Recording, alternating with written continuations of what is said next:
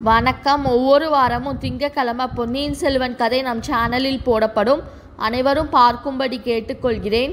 இந்த கதையின் ஆரம்ப காலத்திலேயே நமக்கு நெருங்கி பழக்கமான ஆழ்வார்க்கடியான் நம்பியை கொஞ்ச காலமாக நாம் கவனிக்காமல் விட்டுவிட்டோம். அதற்காக நேயர்களிடமும் நம்பியிடமும் மன்னிப்பு கோருகிறோம். முக்கியமாக நம்பியின் மன்னிப்பை இப்போது நாம் கோரியே தீர வேண்டும். ஏனெனில் ஆழ்வார்க்கடியான் இப்போது வெகு கோபமாய் இருக்கிறார். அவருடைய முன்குடுமி ராமேஸ்வர கடற்கரையில் அடிக்கும் காற்றில் பறந்து கொண்டிருக்கிறது. அவருடைய கைத்தடியோ தலைக்கு மேலே சுழன்று கொண்டிருக்கிறது. அவரை சுற்றி ஆதி சைவர்களும் வீர சைவர்களும் பலர் சூழ்ந்து கொண்டிருக்கிறார்கள். அவர்களுடைய ஆர்ப்பாட்டம் பலமாக இருப்பதால் ஆழ்வார்க்கடியாருடைய கதி யாதாகுமோ என்று நமக்கு கொஞ்சம் கவலையாகவும் இருக்கிறது. எனினும் நம்பியின் நரசிம்ம அவதார தோற்றமும் அவருடைய கைத்தடி சுழலும் வேகமும் அந்த கவலையை போக்குகின்றன. வந்தியத்தேவனும் இளைய பிராட்டியும் பேசியதை ஒட்டு கேட்ட ஆழ்வார்க்கடியான் பழையாறையிலிருந்து அன்றைய தினம் புறப்பட்டார். வாயு வேக மனோவேகமாக தென் திசையை நோக்கி சென்றார். வழியில் எங்கும் அவர் சைவ வைஷ்ணவ சண்டையில் இறங்கவில்லை. காரியத்துக்கு குந்தகம் வரக்கூடாதென்று மனதை கட்டுப்படுத்தி கொண்டு வலுவில் வந்த சண்டைகளை கூட வேண்டாம் என்று ஒதுக்கி தள்ளிவிட்டு நடந்தார். மதுரையில் சிறிது நேரம் தங்கினார். அவர் அறிய விரும்பிய செய்தியை விசாரித்து அறிந்து கொண்டு ராமேஸ்வரத்துக்கு புறப்பட்டார். வந்தியத்தேவன் பூங்குழலியின் படகில் சென்று இலங்கை தீவில் இறங்கிய அதே நாள் மாலையில் ஆழ்வார்க்கடியார் நம்பி ராமேஸ்வரம் வந்து சேர்ந்தார். அந்த புண்ணிய பூமியை மிதித்தவுடனே ஆழ்வார்க்கடியாருடைய மனதில் அத்தனை நாளும் அடங்கி கிடந்த வைஷ்ணவ ஆர்வம் கரையை உடைத்து கொண்டு பொங்கிவிட்டது. ராமேஸ்வர தீவில் எங்கெங்கும் மொய்த்து கொண்டிருந்த வீர சைவ பட்டர்கள் அந்த ஆர்வத்துக்கு தூபம் போட்டு விட்டார்கள். அந்த புண்ணிய ஸ்தலத்துக்கு வரும் யாத்ரீகர்களுக்கு வழிகாட்டி அழைத்து சென்று பற்பல தீர்த்தங்களிலும் ஸ்தானம் பண்ணி வைப்பதும் ஆலயத்தில் மூர்த்தி தரிசனம் செய்து வைப்பதும் அந்தந்த தீர்த்தம் மூர்த்தி விசேஷங்களை எடுத்து சொல்வதுமே அவர்களுடைய அலுவல்கள். எனவே புதிய யாத்ரீகர்களை கண்டதும் பட்டர்கள் பல சென்று சூழ்ந்து கொள்வார்கள். அவ்விதமே ஆழ்வார்க்கடியானையும் சுற்றி மொய்த்து கொண்டார்கள். அப்பனே வா, இந்த ஸ்தலத்தில் உள்ள 64 தீர்த்தங்களில் ஸ்நானம் செய்து உன் தேகத்தில் தரித்திருக்கும் வைஷ்ணவ பாஷாந்த சின்னங்களை கழுவி துடைத்துக்கொள். ராமரின் பிரம்மஹஸ்தி தோஷத்தை போக்கிய ஸ்தலம் அல்லவா இது? வைஷ்ணவ பாஷாந்த மத சின்னங்களை நீ அணிந்திருந்ததினால் ஏற்பட்ட பாவங்களையும் போக்கிக் கொள்ளலாம் என்று ஒரு பட்டர் வித்தியாசமாக பேசினார். இன்னொருவர் குறுக்கிட்டு ராம தீர்த்தம், லக்ஷ்மண தீர்த்தம், ஆஞ்சநேய தீர்த்தம், சுக்ரீவ தீர்த்தம் இப்படி 64 தீர்த்தங்கள் இருக்கின்றன.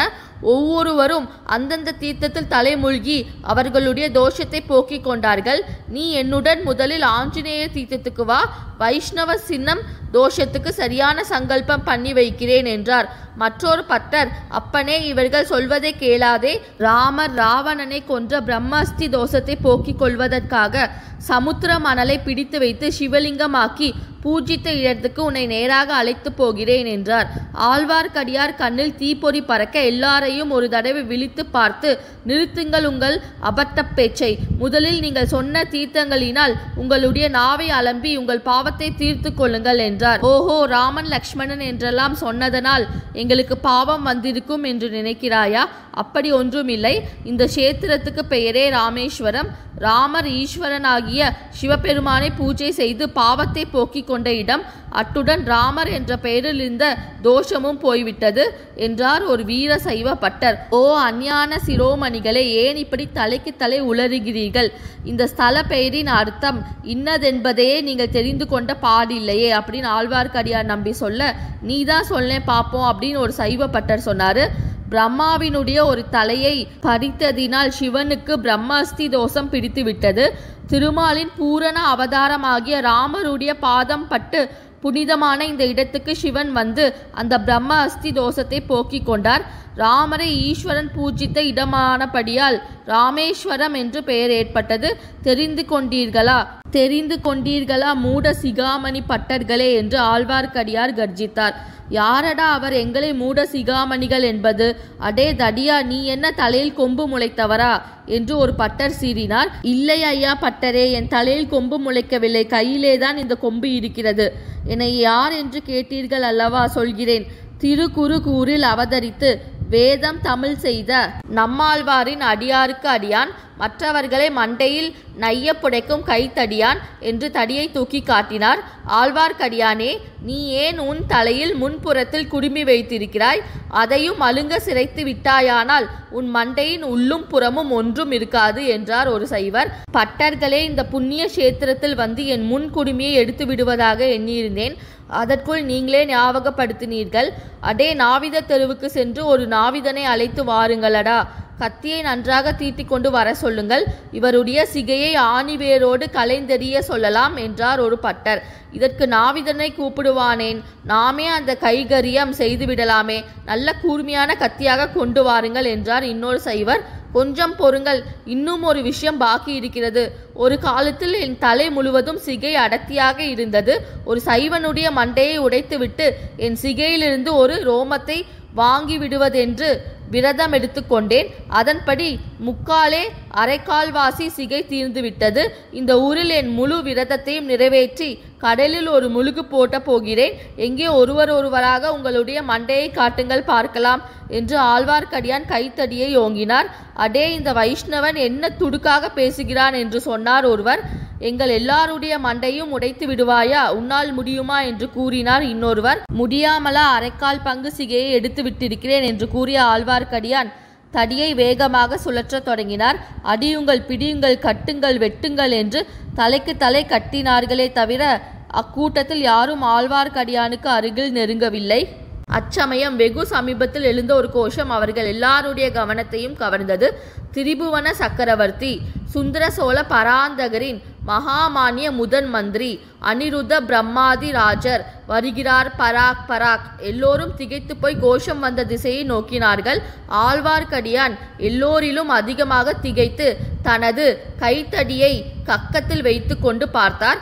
அவர்கள் நின்று சண்டையிட்ட இடம் ராமேஸ்வர கோயில் மதிலின் ஓரமாக ஒரு முடுக்கு.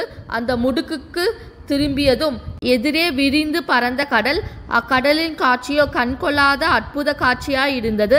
பெரிய பெரிய மரக்கலங்கள், நாவாய்கள், சிறிய கப்பல்கள், படகுகள், ஓடங்கள், வள்ளல்கள், வத்தைகள், கட்டுமரங்கள் ஆகியவை நெடுகிலும் வரிசை வரிசையாக கண்ணு கெட்டிய தூரம் காணப்பட்டன. பாய் மரங்களிலிருந்து படபடவென்று காற்றில் அடித்து கொண்டு பறந்த வெண்ணிற பாய்கள் கடலையும் வானத்தையும் தூரத்திலே திட்டு திட்டாக தோன்றிய பல தீவுகளையும் பெரும்பாலும் மறைத்து கொண்டிருந்தன. மேலே சொன்னவாறு கட்டியங்கூறி கொண்டு காவல் வீரர்கள் முன்னும் பின்னும் தொடர சோழ சாம்ராஜ்யத்தின் புகழ்பெற்ற முதன் மந்திரி அன்பில் அனிருத்த பிரம்மாராஜர் ராஜ கம்பீரத்துடன் ஒரு படகில் வந்து கொண்டிருந்தார். கரையில் கோயில் மதில் ஓரமாக நடந்து கொண்டிருந்த சச்சரவை அவர் கவனித்தார். கூட்டத்தின் நடுவில் கக்கத்தில் தடியுடன் பரம சாதுவை போல் நின்ற ஆழ்வார்க்கடியானை கையினால் சமிக்கை செய்து அருகில் அழைத்தார். ஆழ்வார்க்கடியான் பயபக்தியுடன் கையை கட்டிக்கொண்டு கடற்கரையோரம் சென்று நின்றார். திருமலை, இது என்ன தெருக்கூத்து என்றார் அனிருத்தர். குருவே, எல்லாம் கபட நாடக சூத்திரதாரியான அந்த கண்ணனின் திருக்கூத்துதான். என் கண்களில் காண்பதை நான் நம்புவதா இல்லையா என்றே தெரியவில்லை. நான் காண்பது கனவா அல்லது எல்லாம் வெறும் மாயையா? திருமலை, உன்னை பரம வைஷ்ணவன் என்று நினைத்தேன். எப்போது பிரபஞ்சத்தை மித்தை என்று சொல்லும் மாயாவாதியானாய்? குருவே, பரம வைஷ்ணவ பரம்பரையில் அவதரித்த தாங்கள் சைவ சமயியாகும் போது நான் ஏன் மாயாவதி ஆகக்கூடாது? என்னுடைய பெயரை மாற்றிக்கொண்டு ஸ்ரீ சங்கர பகவத் பாதாச்சாரியாரின் அடியார்க்கடியான் ஆக்கி விடுகிறேன். பொறு, நான் சைவ சமயி ஆனதாக யார் சொன்னது? தங்கள் திருமேனியில் உள்ள சின்னங்கள் சொல்கின்றன. ஆக திருமல, நீ இன்னும் முன்போலவே இருக்கிறாய். புற சின்னங்களுக்கே முக்கியம் கொடுக்கிறாய். நெற்றியில் இடுகிற சந்தனத்தை சாய்த்து இட்டால் என்ன, நிமிர்த்தி இட்டால் என்ன? குருவே, நான் ஒன்றும் அறியாதவன். எது முக்கியம் எது அமுக்கியம் என்று தெரியாதவன். தாங்கள் தான் என்னை தெளிவித்து ஆட்கொள்ள வேண்டும். எல்லாம் தெளிவிக்கிறேன். நான் தங்கும் இடத்துக்கு வந்து சேர். அதோ கடலில் ஒரு சிறிய தீவு தெரிகிறது, பார்த்தாயா? அங்கே உள்ள மண்டபத்துக்கு வா. குருவே, இதோ இந்த சண்டைக்கார சைவர்கள் என்னை வரவிட வேண்டுமே என்று ஆழ்வார்க்கடியான் சொல்லி கையினால் அவர்களை சுட்டி காட்டினார். அதுவரை சும்மா இருந்த வீர சைவர்கள் உடனே நெருங்கி வந்தார்கள். பிரம்மாதி ராஜரே, இந்த வைஷ்ணவன் எங்கள் மண்டைகளை உடைத்து விடுவானாம். இவனை தக்கபடி தண்டிக்க வேண்டும் என்று ஒருவர் ஆரம்பித்தார். மற்றவர் தலைக்கு தலை பேசலானார்கள். இவருக்கு தண்டனை நான் கொடுக்கிறேன், நீங்கள் போகலாம் என்றார் அனிருத்தர். இதனால் அவர்கள் திருப்தி அடையவில்லை. நாங்களே இவருக்கு தண்டனை கொடுக்க கூடாதா? இவருடைய முன்குடுமையை சிரைத்து இவருடைய ஊர்த்தவ சின்னங்களை எல்லாம் அழித்து இவரை கிணற்றில் போட்டு முழுக்காட்டி என்று அடுக்கினார் ஒருவர். என்ன சொன்னீர்கள் என்று ஆழ்வார்க்கடியான் கண்களில் தீயல திரும்பி நோக்கினார். அனிருத்த பிரம்மராஜர் அப்போது, பட்டர் மணிகளே, இவர் பெரிய முரடன், இவரை தண்டிக்க உங்களால் ஆகாது, நான் பார்த்து கொள்கிறேன் என்றார். பிறகு தம்மை தொடர்ந்து வந்த படகில் இருந்த அகப்பரிவார வீரர்களை பார்த்து, உங்களில் 8 பேர் இறங்கி இவரை நம்மிடத்துக்கு கொண்டு வாருங்கள் என்றார். அவ்வளவுதான். மறுகணம் வீரர்கள் 8 பேர் கரையில் குதித்தார்கள். ஆழ்வார்க்கடியாரை சூழ்ந்து கொண்டு நின்றார்கள். படகு மேலே சென்றது. படை வீரர்கள் புடைசூழ ஆழ்வார்க்கடியானும் போனார். பட்டர்களும் மற்றவர்களும் அந்த வைஷ்ணவனுடைய முரட்டுத்தனத்தை குறித்து பலவாறு பேசிக்கொண்டு கலைந்து போனார்கள். இந்த சேனல் பிடிச்சிருந்தா லைக் பண்ணுங்கள், ஷேர் பண்ணுங்கள், சப்ஸ்கிரைப் பண்ணுங்கள். நீங்கள் இந்த சேனலை சப்ஸ்கிரைப் பண்ண ஸ்க்ரீனில் வர வீங்கிற ஐக்கானை கிளிக் பண்ணுங்கள். அடுத்து என்ன நடந்தது என்பதை பற்றி அடுத்த வீடியோவில் பார்ப்போம். ஒவ்வொரு வாரமும் திங்கட்கிழமை பொன்னியின் செல்வன் கதை நம் சேனலில் போடப்படும். அனைவரும் பார்க்கும்படி கேட்டுக்கொள்கிறேன். நன்றி.